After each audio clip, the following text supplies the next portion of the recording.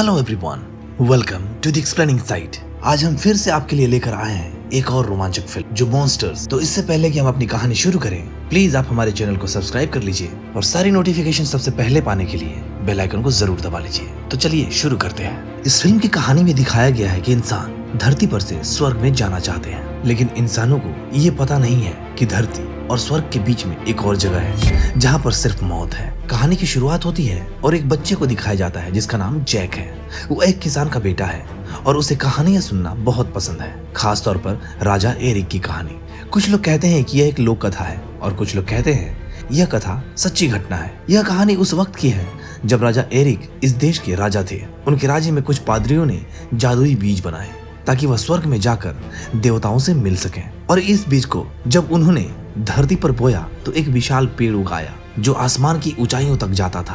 पादरियों को लगा कि यह स्वर्ग तक जाता है और जब वे इस पेड़ के ऊपर चढ़े तो उन्होंने देखा कि धरती और स्वर्ग के बीच में एक और जगह है जहाँ पर बहुत बड़े बड़े राक्षस रहते हैं। और जब राक्षसों ने इन इंसानों को ऊपर आते हुए देखा तो उन्हें धरती का रास्ता मिल गया और ये सब के सब धरती पर आकर उन्होंने तबाही मचाई। उन्हें जो अच्छा लगता था, वो जो चाहते थे सब ले लेते थे और इस तरह से धीरे धीरे उन्होंने इंसानों को मारकर खाना भी शुरू कर दिया। तब राजा एरिक ने और उनके लोगों ने एक राक्षस को मारा। पादरियों ने उसका दिल निकालकर तंत्र मंत्र से एक जादुई मुकुट बनाया और जब उस मुकुट को पहनकर राजा एरिक राक्षसों के सामने आए तो सबने घुटने टेक दिए। राजा एरिक ने उन्हें वापस अपने देश जाने का आदेश दिया और जब वह सब के सब ऊपर चले गए तो राजा एरिक ने उस पेड़ को कटवा दिया और उस पेड़ के जो बाकी बीज थे राजा एरिक ने हमेशा उसे अपने पास संभाल कर रखे। इसके बाद जब उनकी मृत्यु हो गई तो ताबूत में उन्हीं के साथ बीज और वो जादुई मुकुट हमेशा के लिए दफना दिया गया। ये कहानी न सिर्फ जैक को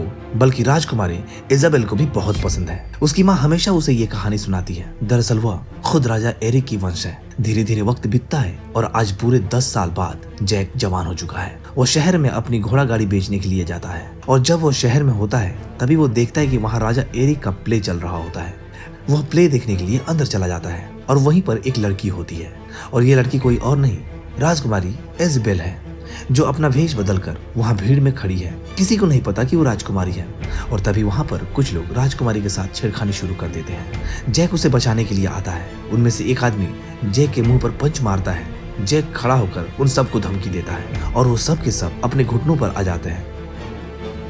जैक को लगता है कि वो लोग उससे डर गए, लेकिन पीछे राजकुमारी के लोग यानी कि शाही लोग आ गए होते हैं, इसीलिए सब के सब अपने घुटनों पर आ जाते हैं और इसके बाद राजकुमारी उनके साथ बैठकर वहां से चली जाती है। वहीं दूसरी तरफ महल में लॉर्ड रेडर को दिखाया जाता है जिसके साथ राजा राजकुमारी की शादी करना चाहते हैं। हालांकि राजकुमारी इजाबेल उससे शादी करना नहीं चाहती। जब लॉर्ड रेडर अपने स्टडी रूम में होता है तो वह देखते हैं कि सारा सामान इधर उधर पड़ा है और वह समझ जाते हैं कि यहाँ पर किसी ने चोरी की है। वो चारों तरफ देखते हैं, उन्हें मिट्टी के गमले में मुकुट मिल जाता है और यह वही मुकुट है जो आज से कई साल पहले राजा एरिक ने बनवाया था और इसी मुकुट से उन्होंने सारे राक्षसों को वापस उनकी दुनिया में भेज दिया था।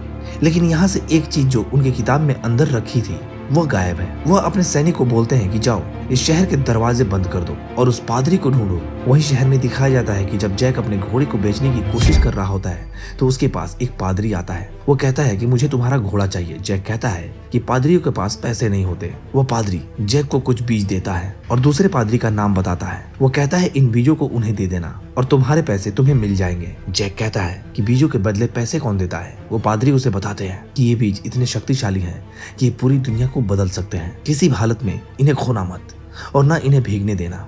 इसके बाद वो जैक का घोड़ा लेकर वहां से निकल जाता है। हालांकि रोड्रिक के लोग उसे पकड़ लेते हैं।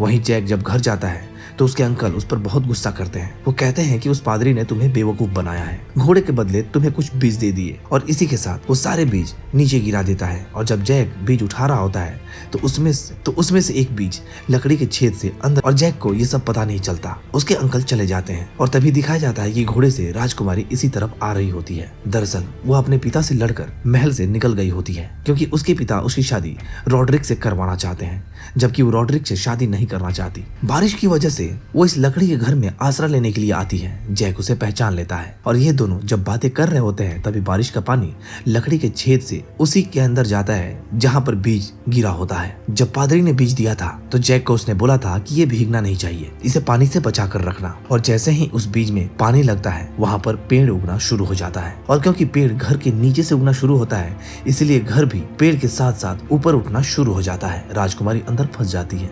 हालांकि जैक उसे बचाने की बहुत कोशिश करता है। राजकुमारी उस घर के साथ और पेड़ के साथ आसमान की ऊंचाइयों में चली जाती है।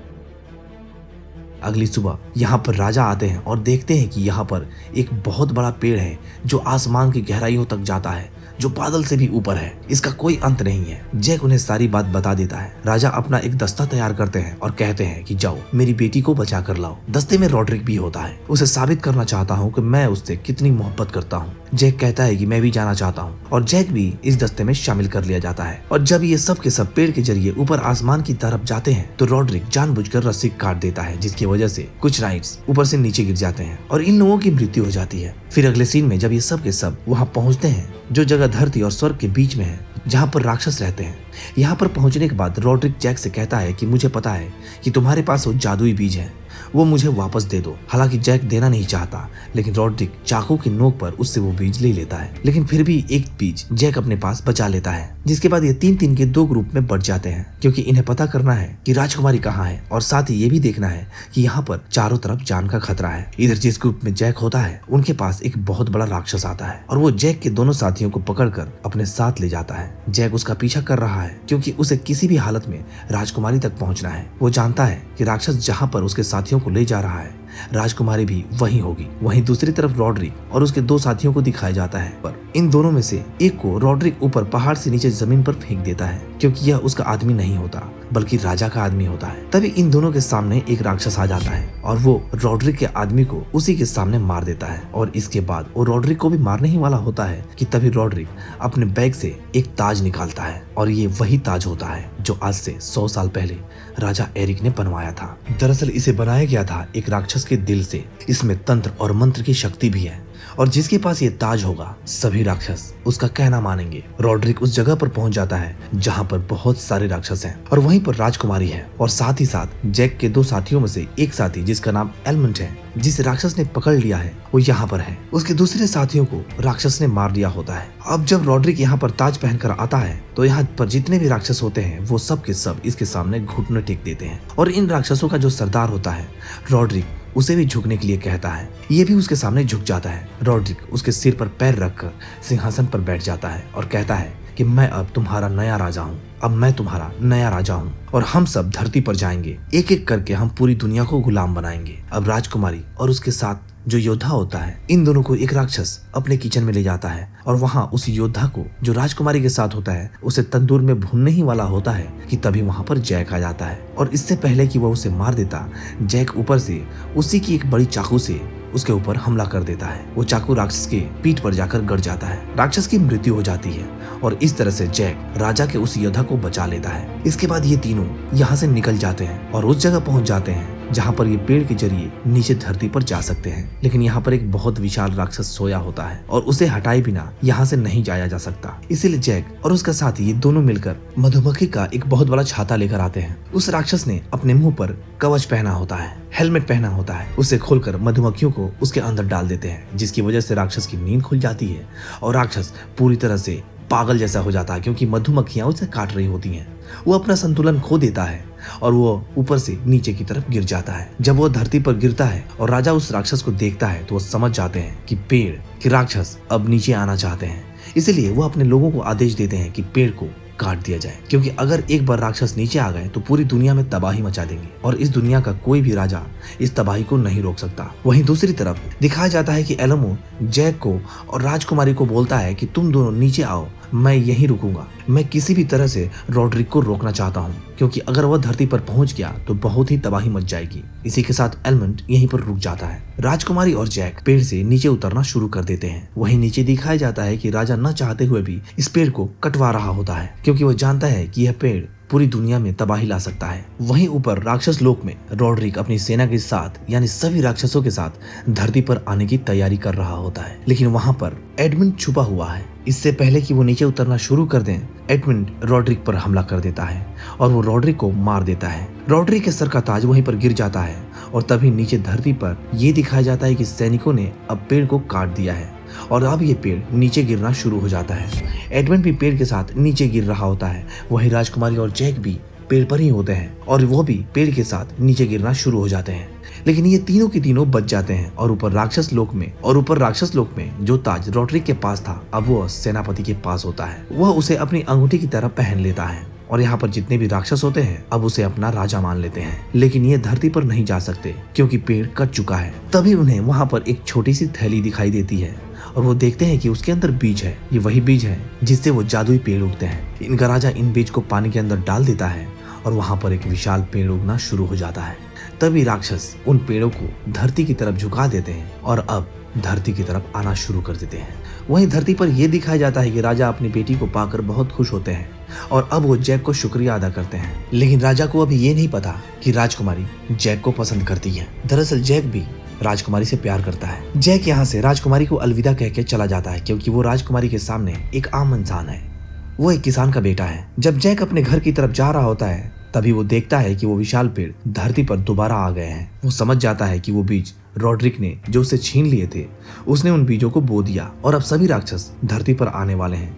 इसीलिए वो अपने घोड़े पर बैठकर राजकुमारी की तरफ और राजा की तरफ बढ़ना शुरू कर देता है ताकि वो उनको आगाह कर सके कि यहाँ पर सबकी जान खतरे में है। जैक राजकुमारी तक पहुंचता है और वो उन्हें बताता है कि पीछे राक्षस आ रहे हैं। यहाँ राक्षस आ चुके हैं और चारों तरफ तबाही मच चुकी है। राजा और उसके जितने भी साथी होते हैं वो सब के सब महल की तरफ अपने घोड़ों को बढ़ाना शुरू कर देते हैं क्योंकि इन्हें किसी भी कीमत पर महल तक पहुंचना होगा, नहीं तो ये सब के सब राक्षस जो इनका पीछा कर रहे हैं वो इनको खत्म कर देंगे। ये राक्षस इन्हें इसलिए मारना चाहते हैं क्योंकि ये एरिक के वंशज हैं और सभी राक्षस एरिक के वंश को खत्म करना चाहते हैं क्योंकि पिछली बार जब ये धरती पर आए थे तो उसी ने ताज पहनकर इन सब को वहाँ से वापस भेज दिया था। लेकिन इससे पहले कि राक्षस इन सब तक पहुँच पाते ये सब के सब महल के अंदर घुस जाते हैं। लेकिन जैक अभी भी पीछे होता है। जिस रास्ते से जिस लकड़ी के पुल से ये सब के सब महल के अंदर जा रहे होते हैं एडमंड उसे ऊपर खींचने का आदेश दे देता है। लेकिन इससे पहले कि वो पूरी तरह से ऊपर आता जैक उसको पार कर जाता है। लेकिन उसे पकड़ने के लिए इन राक्षसों का जो राजा होता है जिसके 2 सर है और जिसने अपनी उंगली में उस ताज को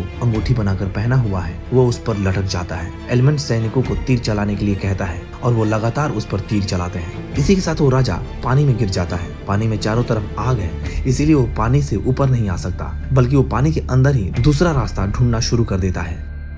यहाँ पर दरवाजा बंद किया जा रहा होता है लेकिन तभी राक्षस दरवाजे पर लंगर डाल देते हैं और रस्सियों के सहारे दरवाजे को नीचे खींचना शुरू कर देते हैं। अंदर से राजा के लोग दरवाजे को अंदर की तरफ खींच रहे होते हैं और बाहर से राक्षसी से बाहर की तरफ और साथ ही साथ वो जलते हुए पेड़ महल के अंदर फेंकना शुरू कर देते हैं। इनमें से एक राक्षस के पास गुलेल भी होती है और उस गुलेल से जब वो किसी पर निशाना लगाता है तो वो दीवार को भी चकनाचूर कर देता है। राजा समझ जाता है कि इन्हें रोकना अब नामुमकिन है। वो अपनी बेटी इजाबेल को बोलता है कि तुम हमारी बैठक में जाओ, वहाँ पर एक खुफिया रास्ता है जो तुम्हें एक टावर तक ले जाएगा। वहाँ पर एक मसाल होगी, उस मसाल को जला देना, इससे आसपास के सभी राज्य खबरदार हो जाएंगे। और जब राजकुमारी इजाबेल और जैक उस मसाल को जलाने के लिए निकल पड़ते हैं, जब वो महल के अंदर मसाल की तरफ बढ़ रहे होते हैं तभी नीचे से जमीन फटना शुरू हो जाती है क्योंकि जो राक्षस पानी के अंदर गिरा था उस सभी राक्षसों का राजा है जिसके हाथ में अंगूठी है यानी कि वो ताज है, वो नीचे से ऊपर आना शुरू कर देता है। वो इन दोनों पर हमला कर देता है, वो इन दोनों को पकड़ लेता है। तभी जैक अपने गले के लॉकेट से उस आखिरी जादुई बीज को निकालता है,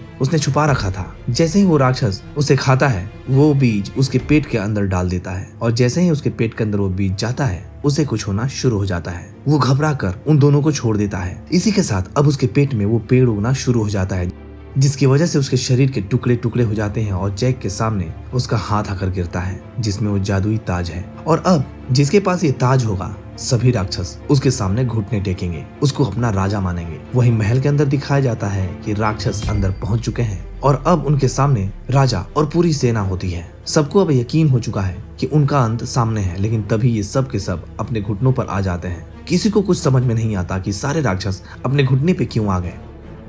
एडमंड कहता है कि शायद मेरे पीछे कोई है। उसके पीछे जैक होता है जिसके हाथ में वो ताज है और उसी ताज को देखकर ये सारे राक्षस अपने घुटने पर आ गए हैं। जैक उस ताज को अपने सिर पर पहन लेता है और इसके बाद वो सभी राक्षसों को आदेश देता है कि वो अपने देश अपनी दुनिया में वापस चले जाएं। और उनके जाने के बाद उसके बाद दिखाया जाता है कि सभी राक्षस अपने देश अपनी दुनिया में चले गए हैं। इसके बाद इन सभी पेड़ों को कटवा दिया जाता है जिससे इनकी दुनिया यानी कि राक्षसों की दुनिया तक पहुंचा जा सकता था। और अंत में ये दिखाया जाता है कि जैक और राजकुमारी की शादी हो गई है। इनके 2 बच्चे हैं। जैक जिन्हें राक्षसों की वही कहानी सुनाता है जो उनके साथ आप बीती हुई थी। बच्चे पूछते हैं कि फिर उस ताज का क्या हुआ। जैक बताता है कि वो ताज आज भी है, सुरक्षित है। दरअसल उस ताज को एक शानदार ताज में बदल दिया गया था। दिन महीने साल गुजरते हैं और कई सालों बाद ये दिखाया जाता है कि आज भी ताज टावर ऑफ लंदन में पूरी तरह से सुरक्षित है, जिसे दूर दूर से लोग देखने के लिए आते हैं। लेकिन किसी को भी इसकी सच्चाई का कुछ भी पता नहीं है। इसी के साथ ये फिल्म यहीं पर खत्म होती है। आपको हमारी ये वीडियो कैसी लगी कमेंट बॉक्स में जरूर बताएं। आपने हमारे चैनल को सब्सक्राइब नहीं किया है तो प्लीज हमारे चैनल को सब्सक्राइब कर लें और वीडियो को लाइक कर लें। मिलते हैं अगले वीडियो में, तब तक बाय बाय, टेक केयर।